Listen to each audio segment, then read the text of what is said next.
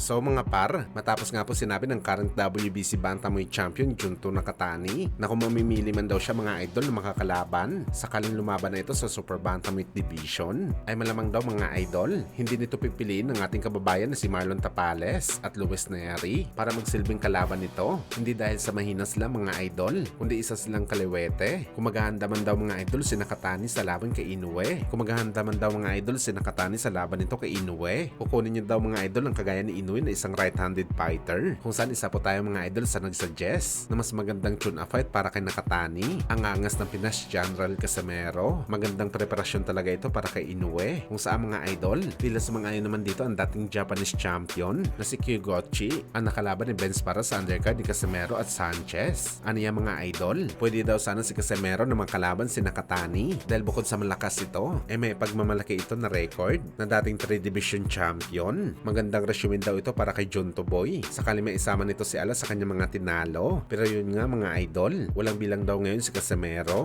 dahil nga ban ito sa Japan ng isang taon dahil sa pag-overweight nito sa laban niya kay Sanchez. Pero gayon pa man mga idol, may paparating pa naman na laban si Nakatani kay Nishida. Sakaling lumaban ulit ito mga idol, malamang available na si Casimero sa October.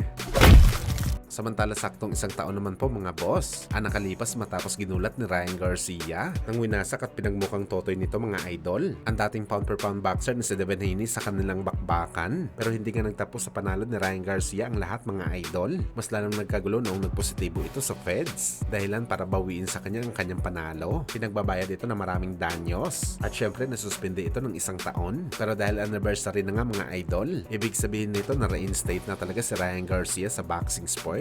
Sa madaling salita, malaya na ito lumaban at makikita na natin ito mga idol sa mga susunod na araw dahil sa mapapalaban nito sa Mito kay Rolando Romero. Bagamat ang kalaban nito na si Devin Haney, hindi natin alam mga idol kung nakarecover na talaga ito sa mga pangyayari. Hindi lang kasi bugbog ang inabot nito kay Ryan Garcia, talagang trauma ang inabot ito sa kanyang mga haters, kung saan binansagan ito mga idol na pinakaiyakin na fighter sa mundo ng boxing sports. Matapos nito kinasuhan si Bagito ng battery.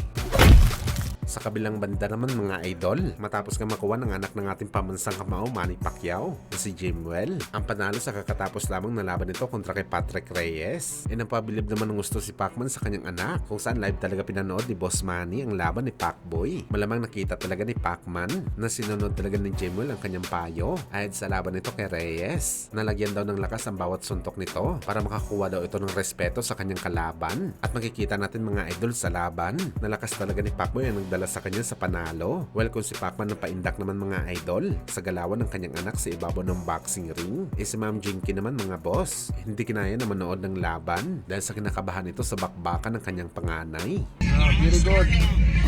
Very good.